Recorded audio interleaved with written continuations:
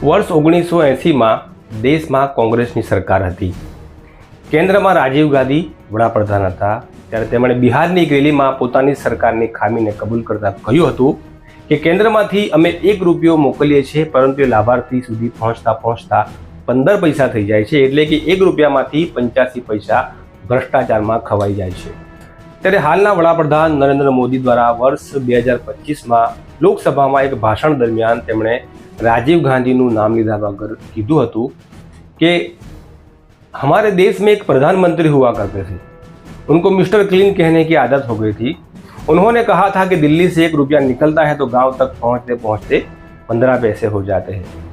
परंतु हालની सांप्रत परिस्थिति કંઈક એવી છે કે કેન્દ્રમાંથી 1 રૂપિયો નીકળે છે અને લાભાર્થી સુધી પહોંચતા એનું બાષ્પીભવન થઈ જાય છે, એટલે કે ગાયબ થઈ જાય છે, હવામાં ઓગળી જાય છે। વાત છે પ્રધાનમંત્રી આવાસ યોજનાના કથિત કૌભાંડની, કે જેમાં ડેડિયાપાડા તાલુકામાંથી ફરી એકવાર આક્ષેપો સામે આવ્યા છે કે પ્રધાનમંત્રી આવાસ યોજનામાં લાભાર્થીઓને વર્ષ 2023, 24 અને 25માં મંજૂર થયેલા આવાસોની સહાય રકમ પૂરેપૂરી ચૂકવાઈ ગઈ છે, પરંતુ અરજદારના ઘર કાચા ને કાચા છે।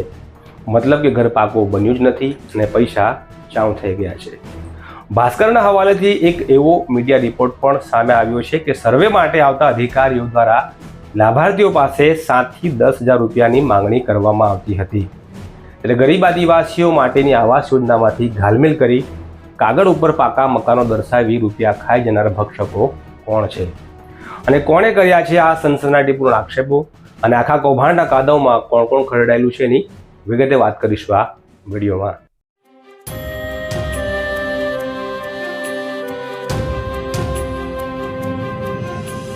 નર્મદા લાઈવમાં તમારું સ્વાગત છે।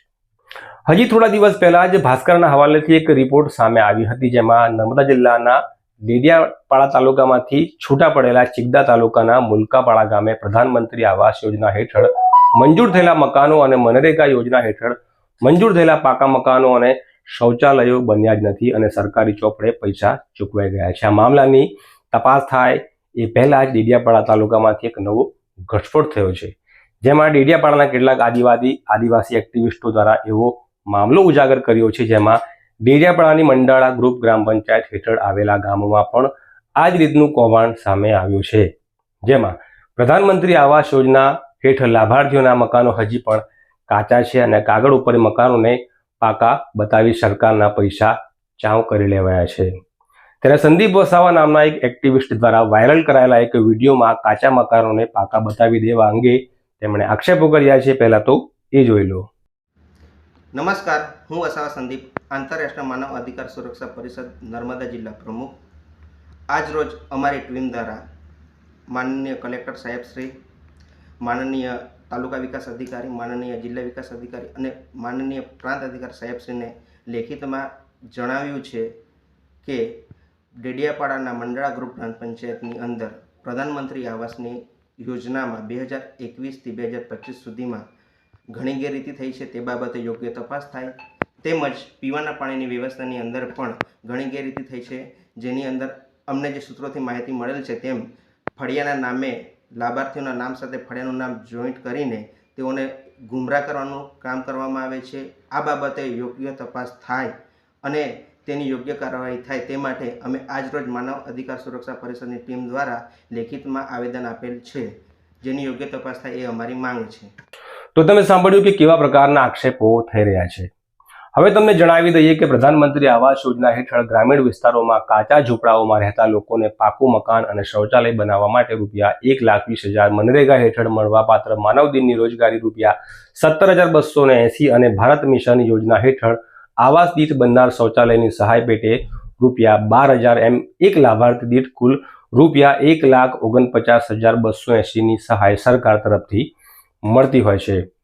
અને એ પણ મકાન બાંધકામના વિવિધ તબક્કાઓમાં જેમ જેમ આગળ કામગીરી વધતી જાય તેમ તેમ તેની સ્થળ તપાસ કરી તલાટી અને સર્વે ટેકનિકલ ટીમ દ્વારા ફોટોગ્રાફ લઈને તેને રિપોર્ટ અપલોડ કરવામાં આવે છે। ત્યારબાદ સરકાર તરફથી લાભાર્થીના ખાતામાં પૈસા જમા કરાવવામાં આવે છે।